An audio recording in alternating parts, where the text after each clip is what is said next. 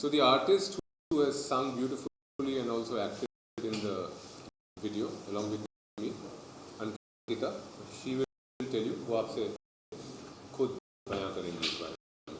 अंकिता जी क्या कहना चाहेंगे गाने के बारे में, किस तरह का एक्सपीरियंस रहा होगा गाने के बारे में, थोड़ा अगर ऑडियंस को बताया। तो सबसे पहले मैं कहना चाहूँगी कि I am very thankful to Abhishek Ray sir, जिनकी वजह से मुझे बारिश में भीग के इस गाने को परफॉर्म करने का अवसर मिला।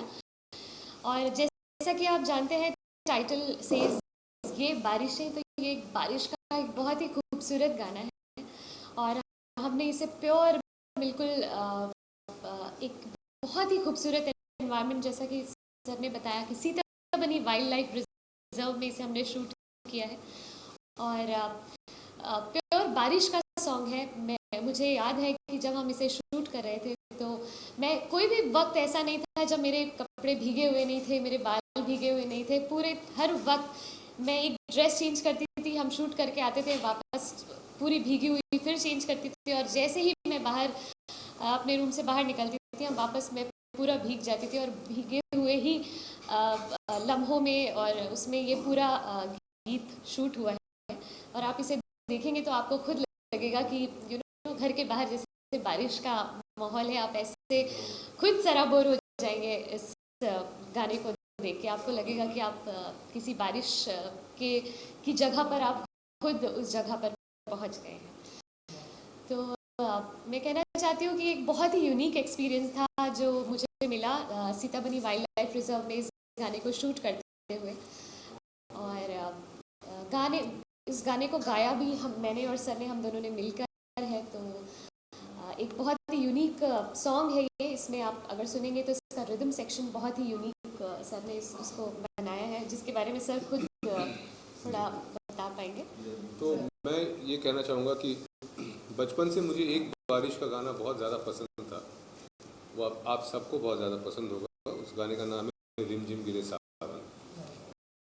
तो रिमझिम गिरे सावन का जो लता जी वाला वर्जन है, खासकर मुझे वो इसलिए पसंद है क्योंकि जिस तरह से वो गाना मंजिल फिल्म में शूट हुआ है, जिसमें बच्चन साहब और मौसमी एकदम बारिश में भीगते हुए अनायास बात करते हुए बारिश का मज़ा लेते हुए वो गाना शूट हुआ है उन दिनों। आज तक अगर आप वो गाना देखेंगे उसमें कोई आर्टिफिशियल रेन मशीन नहीं है, उसमें कुछ भी आर्टिफिशियल नहीं है। जुहू बीच आपके मरीन लाइंस में वो लहरें आ रही हैं और वो भीग रही हैं और बारिश हो रही है और पूरा गाना वैसे शूट हुआ है। तो तब से मेरा मन था कि कोई ऐसा दिन आएगा कि ऐसा कोई गाना बनाऊंगा मैं जिसमें वाकई बारिश में भीग के कोई आर्टिफिशियल रेन मशीन ये सब तामझाम ना हो, बादल हो, वाटरफॉल्स हो, बारिश हो। और वो एक मन में था, वो as a film maker, as a composer हमेशा से वो बात मेरे मन में थी कि ऐसा कोई गाना मैं शूट करूँगा यूँ ही जैसे मंजिल फिल्म में वो रिमझिम गिरे सावन गाना था। तो मेरा एक कॉम्पोजिशन था ये बारिश है, जो खास बारिशों का गाना था। और हम देखते आ रहे हैं कि पिछले कुछ सालों से बारिश का गाना मतलब hot women wearing hot pants and a very artificial kind of rain experience. The natural rain experience had gone, so we have tried to bring that back with this song. And आशा करता हूँ कि जो ये पहाड़ी बारिश है, mountain rain, आपको background में स्मोक मशीन वाला धुंध नहीं है, एक्चुअल बादल है। To white out that is happening in the song is actually clouds passing by. जैसे हिमालयन वाटरफॉल जिसके बीच में बैठ के गा रही है और वो पीछे वो फ्लोइंग वाटर है। तो कोरोना का माहौल है, वैसे ही लोग घर में बंद हैं। तो मेरा ये मन है कि और ये आशा करता हूँ कि इस तरह की जो ताजगी है इस गाने में वो लोगों तक पहुँचे और लोग कुदरत से जुड़े, बारिश से जुड़े। और अंकिता के साथ काम करने का एक्सपीरियंस कैसा रहा? सबसे खास बात यह है कि अंकिता की जो आवाज़ है, मैंने 4 जनरेशन के सिंगर के साथ काम किया है। I have worked, I was introduced to the industry by Gulzar sahab. तो आशा भोसले जी के साथ मैंने गाने रिकॉर्ड किए हैं। So from Gulzar साहब, Asha Bhosle to the next generation of कविता कृष्णमूर्ति, उदित नारायण, हरिहरन साहब, अलका याग्निक जी, to the next generation of singers which is Shreya. Shreya sang a lot of my songs. Sunidhi, Sonu Nigam, Shan, and the next generation of singers like Pratibha Baghel, Bhumi Trivedi, Ankita. तो ये 4 generation के singers के साथ काम करने का मुझे सौभाग्य रहा है। तो ओरिजिनल वॉइस की कुछ खासियत होती है कि ओरिजिनल वॉइस किसी और आवाज़ की तरह नहीं होती। तो प्लेबैक के लिए मैं ये मानता हूँ कि सबसे ज़रूरी होता है कि कोई भी प्लेबैक वॉइस अगर दूर तक जाए, उसमें एक अपनी बात होनी चाहिए, उसकी अपनी एक खासियत होनी चाहिए।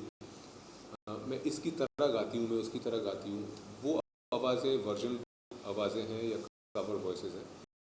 पर प्लेबैक वॉइस की एक अपनी अंदरूनी क्वालिटी होती है, वो मुझे अंकिता की आवाज़ में शुरू से ही लगता है। और बहुत मीठी आवाज़ है, बहुत अनायास गाती है, पानी की तरह गाती है, इसलिए ये बारिशों में उनकी आवाज़ बहती हुई नज़र आती है। एक और ख़ास बात बोलना यहाँ पे लाजमी है कि इनसे मेरी मुलाकात कैसे हुई। तो मैं हमेशा से ही, क्योंकि गुलजार साहब ने मुझे लॉन्च किया था और उनके साथ मेरे बहुत सारे गाने हैं, तो SD बर्मन, गुलजार, सलील चौधरी, मदन मोहन, राहुल देव बर्मन, ये आइकन्स हैं जिनका मैं बंगाली कंपोज़र हूँ, तो ये ऐसे आइकन्स हैं जिनके मेलोडी सुन के मैं बड़ा हुआ हूँ, पला बड़ा हूँ। तो एक बार दिल्ली में मुझे याद है टाइम्स ऑफ इंडिया ने उन दिनों मेरी फिल्म हासिल आई थी और गुलजार साहब के साथ उदास पानी एल्बम रिलीज़ हुआ था। अगला एल्बम कगार पे था, रात चांद और मैं। तो उस दौरान एक शख्स ने टाइम्स ऑफ इंडिया ऑफिस में फ़ोन करके, मेरा जब इंटरव्यू छपा, उनसे मेरा नंबर लेके वो मेरे साथ कनेक्टेड हुए और उन्होंने मुझे फ़ोन किया, कहा कि मुझे आपका काम बहुत अच्छा लगा। तो मेरा नाम है राहुल देव बर्मन। तो मैं बहुत ज़्यादा अचंभित था इस बात को सुन के कि RD बर्मन कैसे मुझे फ़ोन कर रहे हैं। तो हुआ ये कि वो जो राहुल देव बर्मन थे, वो महान संगीतकार RD बर्मन के फर्स्ट कजिन थे और उनका नाम भी राहुल है, राहुल देव बर्मन है। So is from the Dev Burman family. And उन दिनों से लगातार वो मेरे काम जो है वो ट्रैक करते आ रहे हैं। मेरी तमाम फिल्में लाइक पान सिंह तोमर, साहिब बीबी और गैंगस्टर, शागिर्द, हासिल, I am Kalam, welcome back, तो हर एक फिल्म में जो मेरे गाने आते हैं, जो बैकग्राउंड स्कोर्स होते हैं, वो हर एक चीज़ को सुनते हैं, परखते हैं और मुझे फ़ोन करके बोलते हैं, हाँ मुझे आप में मेरा भाई नज़र आता है, आप इस गाने को ऐसे क्यों नहीं किया आपने, आप उसको इसका अंतरे को ऐसे कर सकते थे, बैकग्राउंड स्कोर में आपने ये इंस्ट्रूमेंट क्यों नहीं यूज़ किया। तो कहने का तात्पर्य ये है कि वो बहुत बारीकी से मेरे म्यूज़िक को फॉलो करते हैं और उन्होंने मुझे बोला था कि मेरे पास एक आवाज़ है जो बहुत खूबसूरत आवाज़ है, मेरा आपसे ये रिक्वेस्ट है कि आप उनको एक बार सुनिए, उनका नाम है Ankita. So that's how I met Ankita, through that contact, Rahul Dev Burman. और जैसे आपने रीमेक की बात की, इस रीमेक के दौर में आपको लगता है कि ओरिजिनल गाना बनाना एक चैलेंज है कि ऑडियंस एक्सेप्ट करेगी या नहीं करेगी, उसको लेके क्या कहना चाहेंगे? अंकिता जी, आपसे भी सवाल करना चाहूँगा। बताएं। देखिए, मैं बहुत ज़्यादा ओरिजिनलिटी में विश्वास रखती हूँ। मुझे रीमेक का ज़माना कभी से पसंद नहीं रहा। और जैसा कि सर ने बोला कि मैं पुराने गीतों में इंटरेस्ट रखती हूँ, अनायास गाती हूँ और इसीलिए मुझे कभी भी मेरा रुझान रीमेक गानों की तरफ कभी रहा ही नहीं।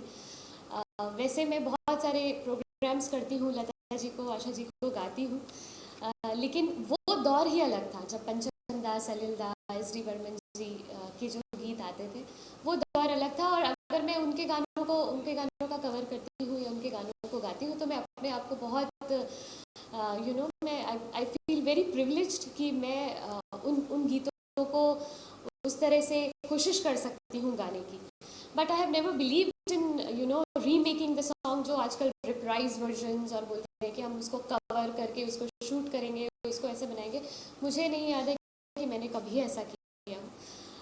और मैं बहुत अपने आप को लकी समझती हूँ. Very privileged, very lucky that I got to meet Abhishek sir, जिसके कारण मैं ओरिजिनल गाने, जिनके कारण मुझे ओरिजिनल गाने गाने का मौका मिला. और मैं कहना चाहूँगी कि ये बारिश है मेरा इनके साथ this is the fourth song that we have done together. और मेरे चारों गीत इतने खूबसूरत है कि मुझे हमेशा जो एक मेरे अंदर एक लालसा थी, या एक जो अंदर एक मेरी जो इच्छा थी कि मैं उस दौर में क्यों नहीं हुई, जैसे जिस दौर में सलिलदा लता जी को गीत देते थे. तो मुझे जो वो एक मेरे अंदर इच्छा थी कि मैं ऐसे गीत गाऊं जो बहुत ही मेलोडियस हो, अच्छे हो, अनायास हो, और जिनमें ये जो रिप्राइज और रीमेक करके जो आवाज़ बदल के लोग गा रहे हैं आजकल, वो मुझे ना करना पड़े. मैं अपनी जो भी मेरी आवाज़ है मैं उसको उसी तरह से उसको तो जो भी आपकी आवाज़ है उसमें आप ये बारिश की 4 लाइनें सुना दीजिए. ये बारिश हुई संदली, खुशबू जो तेरी खुली, ये ख्वाहिशें उड़ने लगी, तेरी लगन जो लगी, तेरी लगन जो लगी.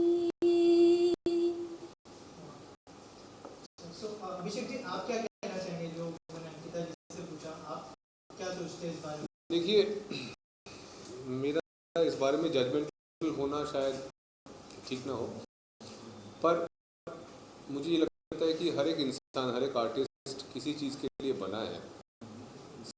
हर एक आर्टिस्ट की अपनी एक वजूद है, और वो यहाँ पे क्यों है वो जहन में रखना ज़रूरी है. तो मैं तो शुरू से ही I have been singer composer who has always done original work in films. My first album was Udaas Paani with गुलजार साहब, फॉलोड बाय रात चांद और मैं, फॉलोड बाय कब आते हो, and all the films that I've done are in diverse genres. I mean, from pure deep dark romance like Saheb Biwi Aur Gangster, और एकदम ही बीहड़ की फिल्में जैसे पान Singh Tomar, gloss gangster comedy like welcome back. तो मेरा तो रुझान शुरू से ही, मैं बना ही हूँ ओरिजिनल म्यूजिक के लिए. मुझे तो समझ में ही नहीं आता कवर का जो कॉन्सेप्ट है. हालांकि आज के जो आर्टिस्ट हैं, मुझे लगता है उनको जल्दी कुछ व्यूज़ मिल जाए, कुछ लोग उनको देख ले, तो इसलिए किसी एक नामचीन गाने का एक कवर करने के कुछ फ़ायदे होते हैं कि एक शॉर्ट टर्म गेन होता है.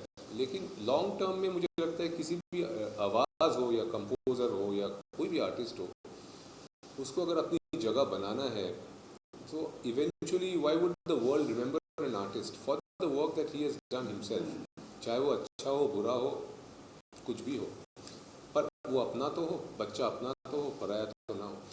तो कवर्स के कुछ शॉर्ट टर्म गेन्स होते हैं, पर उस दिशा पे मैं कभी चला नहीं हूँ, तो इससे ज़्यादा इस बारे में बोलना शायद उचित नहीं है मेरे लिए.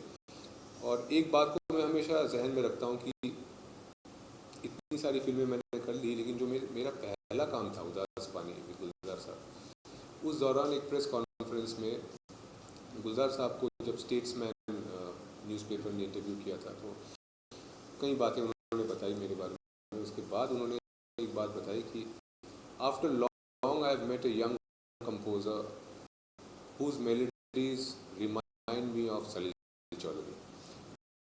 तो अगर मेरी शुरुआत इस तरह से हुई थी, तो उस शुरुआत को नज़रअंदाज करते हुए मैं ऐसा कोई काम कभी करता नहीं हूँ जो उसको हल्का कर दे. और मेरे लिए आज तक मेरे करियर का सबसे हाई पॉइंट यही रहा है जो इन्होंने मेरे बारे में स्टेट्समैन को तब बोला था 2002 में.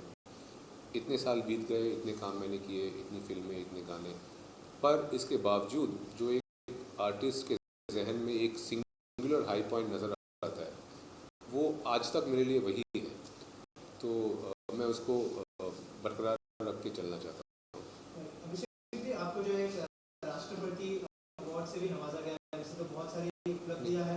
राष्ट्रपति नहीं, स्वाभिमान भारत। स्वाभिमान भारत अवार्ड से नवाजा गया है, तो उस बारे में कुछ बताना चाहेंगे आप ऑडियंस को? जी, इस साल मुझे स्वाभिमान भारत मिला। उसका एक कारण ये है कि शायद प्रेस और मीडिया इस बात से वाकिफ नहीं है कि मैंने बॉलीवुड से जितना भी थोड़ा बहुत कमाया, जो भी मेरी पूंजी थी, वो सारा मैंने एक पहाड़ी में डाला, कॉर्बेट नेशनल पार्क के साथ में। और वो बंजर पहाड़ी थी जिसको मैंने पिछले 12 सालों में जंगल में परिवर्तित किया है। आज के डेट में वो एक घना जंगल है जिसका नाम है सीताबनी वाइल्ड लाइफ रिजर्व। तो सीताबनी वाइल्ड लाइफ रिजर्व मैंने फाउंड किया था 2008 की बात है, और तब से लेकर आज तक मैंने करीब 4,500 पेड़ लगाए वहाँ। मैंने वाटर बॉडीज़ बनाए, मैंने जानवरों और पंछियों के लिए अलग अलग किस्म के फलदार पेड़ लगाए। गर्मी के मौसम में जंगली जानवर प्यासे न रहे, इसलिए उनके लिए बड़े बड़े तालाब बनाए जिसमें हमेशा पानी रहता है। तो ये एक मेरा निजी आत्मतृप्ति के लिए मैंने किया। और मैं 14 साल की उम्र से गवर्नमेंट ऑफ इंडिया के लिए बाघ गणना में हर साल मेरी नियुक्ति होती है। I am a government bonafide tiger and leopard tracker. तो हमेशा से मैं बाघ गणना में जो आपके पास संख्या आती है कि इतने बाघ हमारे देश में है, इतने टाइगर्स हैं, तो हमारे ऐसे लोग जाके फील्ड में उनको गिनते हैं, तभी वो संख्या आपके सामने आती है। और ये शुरू से ही रहा है मेरे अंदर। और Sitabani wild life reserve was an extension of that, जिसके कारण इस साल मुझे स्वाभिमान भारत मिला।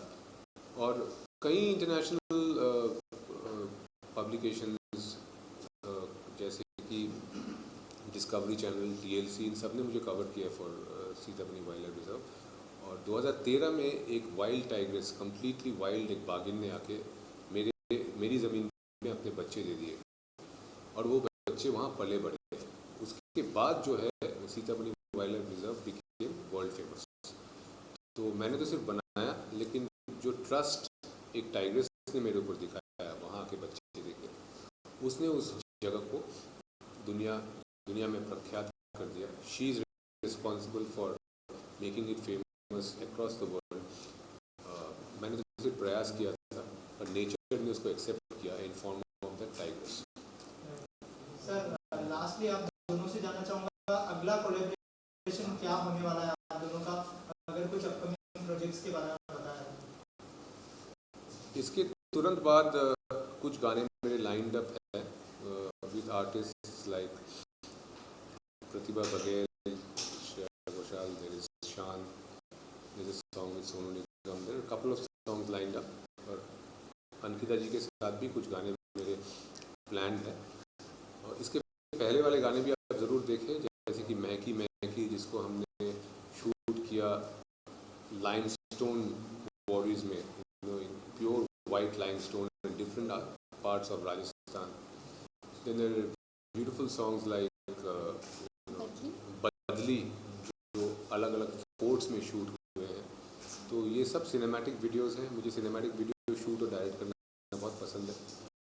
और मैं ये कहना चाहता हूँ कि हर महीने एक बड़ा गाना मैं आपके लिए ज़रूर लाऊंगा।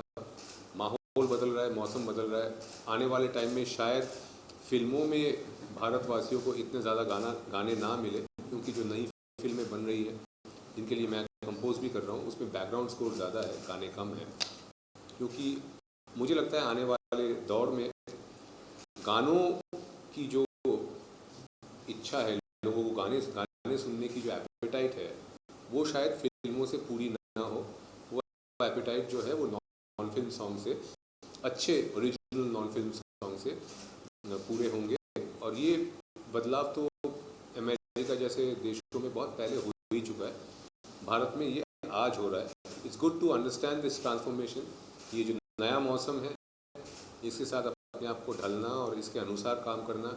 फिल्मों में बैकग्राउंड स्कोर, फिल्मों में OST, नॉन फिल्म में अच्छे गाने, मुझे लगता है that is the way forward. Ankita ji आपको बताइए।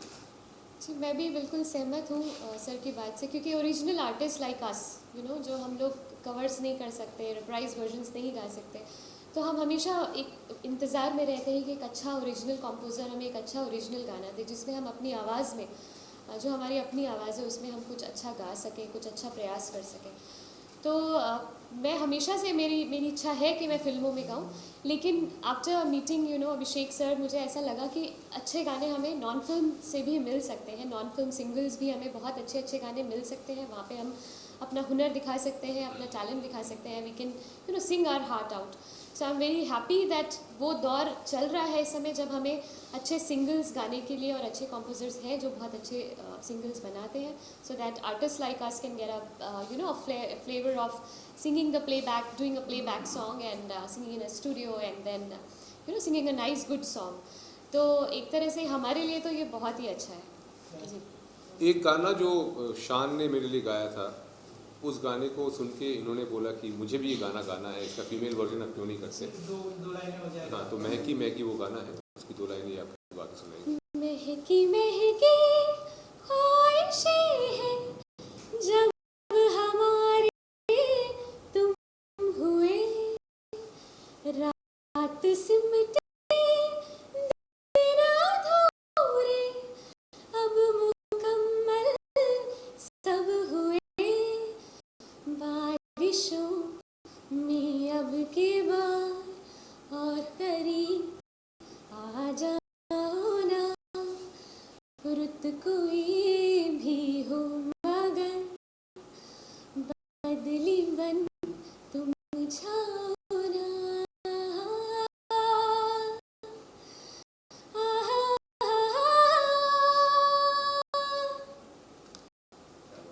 Thank you so much. Lastly आप लोगों से जानना चाहूँगा कि रियलिटी शोज के सिंगर के बारे में क्या सोचते हैं आप लोग? जो मतलब इतनी सारी पॉपुलैरिटी उनको एक रियलिटी शो से मिल जाती है, उसके बाद क्या सोचते हैं कि मतलब एक तरह से गायब हो जाते हैं, जैसे बहुत सारे विनर्स हुए लेकिन उनको मतलब कोई याद नहीं रखता, इसलिए काम भी नहीं मिल पाते, तो उस बारे में क्या सोचते हैं आप लोग? जैसे अभी पवनदीप जीते हैं इंडियन आइडल। मैं सबसे पहले तो मेरी हार्दिक शुभकामनाएं, is a very very good singer, very talented singer. और ये जो बच्चे अपना सब कुछ छोड़ के एक रियलिटी शो को जीतने के पीछे लग जाते हैं, एक तरह से ये अपनी ज़िंदगी न्योछावर कर देते हैं म्यूज़िक के लिए, संगीत के लिए। तो it's a very good platform for people to reach the national audience immediately. तो एक उसका पॉजिटिव साइड ज़रूर है, और नेगेटिव साइड ये है कि उसके बाद क्या, और उसके बाद जो आप कहते हैं ना कि 4 दिन की चांदनी फिर अंधेरी रात, तो ये बात जो है ये एक घोर सच्चाई है। तो इसको मिटिगेट करने के लिए मुझे लगता है कि एक आर्टिस्ट को पूरी तरह से सिर्फ रियलिटी शो पे ही निर्भर नहीं रहना चाहिए, और भी अपने जो तरीके हैं म्यूज़िक से कमाने का, म्यूज़िक से अपने आप को the biggest challenge is to earn out of music and make a living out of music, and that is something they should keep in mind. और कहीं रियलिटी शोज़ में जाने के कारण आपका बचपना जो है, आपका जो बचपन है, बचपन के खूबसूरत दिन है, वो ना खो जाए, इस पे भी थोड़ा ध्यान रखना ज़रूरी है। बाकी ये एक बदलाव है जिसमें एक नया दौर है, जिसमें लोगों को इसके अलावा कोई चारा नहीं है। छोटे शहरों से आप हैं, आप गाते हैं अच्छा, लेकिन आपके पास और कोई ज़रिया नहीं है, तो ये एकमात्र ज़रिया बन के रह गया है to reach out immediately. So we have to use it judiciously, it has a plus and a minus. जी, मैं भी यही कहना चाहती हूँ कि obviously this is a very good platform to reach to the national audience. और मुझे याद है कि मैंने लखनऊ में जब सारेगामापा का ऑडिशन दिया था and I got selected for it for the studio rounds, और मुझे याद है कि उस समय शान लखनऊ आए हुए थे and it was a great first time मैं उनसे मिली थी, और मैंने उनकी फिल्म दिल चाहता है तब रिलीज हुई थी, और मैंने दिल चाहता के बहुत सारे गाने स्टेज पे गाए थे एंड शान वाज आल्सो विद मी, और हमने काफ़ी एंजॉय किया था। शान और आज आपने वो गाना गाया जो शान ने भी गाया है। हाँ, मेरे लिए तो because of some family circumstances मैं जा तो नहीं पाई सारेगामापा में, I couldn't go for the studio rounds in Mumbai, but मैं सच में ये कहना चाहती हूँ कि उसमें बहुत मेहनत लगती है, उस राउंड तक स्टूडियो तक पहुँचने में बहुत मेहनत लगती है, बहुत सारी फैक्टर्स उसमें अपना रोल प्ले करते हैं. It's not just your talent but lot of other factors also play a good role कि आप एक नेशनल टेलीविजन पर आए. तो जैसा कि सर ने कहा कि उस पर वो बहुत मेहनत करते हैं, बहुत सब कुछ अपना उसमें मैंने भी अपना सब कुछ लगा दिया था. बट जैसा कि है कि मैं आई एम फ्रॉम लखनऊ, तो घर का एटमॉस्फेयर ऐसा था कि पढ़ाई करनी है, you have to be academically good. तो हम सारे भी हम पढ़ने में भी लगे हुए थे और साथ साथ म्यूज़िक भी चल रहा था. बट आई एम श्योर कि जो Pawandeep and all the Arunita all those guys who have been here, वो अपना सब कुछ लगा देते हैं, अपना सारा कुछ अपना studies and everything you know they put in, and उनका फोकस ही पूरा म्यूज़िक हो जाता है. तो definitely it's a great platform. लेकिन मुझे ये भी लगता है कि अगर आपके अंदर टैलेंट है तो वो कहीं ना कहीं अपना रास्ता खोज लेता है. और ये एक बहुत खूबसूरत बात मुझे सर ने भी बोली थी कि अगर तुम्हारे पास अच्छी आवाज़ है तो आवाज़ अपना रास्ता खुद बना लेगी. थोड़ी सी तुम मेहनत कर लो, आवाज़ अपना रास्ता खुद ढूंढेगी, वो अपने मुकाम पर पहुँचेगी किसी तरह. तो मुझे लगता है मैं गा रही थी, आर.डी. बर्मन जी, मैं उनको बड़े मामा बोलती हूँ, उन्होंने मुझे कहीं सुना और उन्होंने मुझे इनके तक पहुँचा दिया. तो मेरी आवाज़ इन तक पहुँच गई और आज I am privileged to you know sing these 4 songs with him, with an original composer in Mumbai. तो मैं अपने को बहुत ही खुशनसीब लकी समझती हूँ कि मेरी आवाज़ यहाँ तक पहुँची. अगर उस समय मेरी आवाज़ तैयार नहीं होती तो शायद मुझे ये गाने नहीं मिलते. तो ऑब्वियसली मेहनत पे बहुत कुछ डिपेंड करता है और मुझे लगता है एक अच्छी आवाज़ अगर आप कोशिश करते रहिए तो कहीं ना कहीं से वो रास्ता ढूंढ के एक सही इंसान तक या एक सही जगह पर पहुंच ही जाती है. Thank you so much and all the best.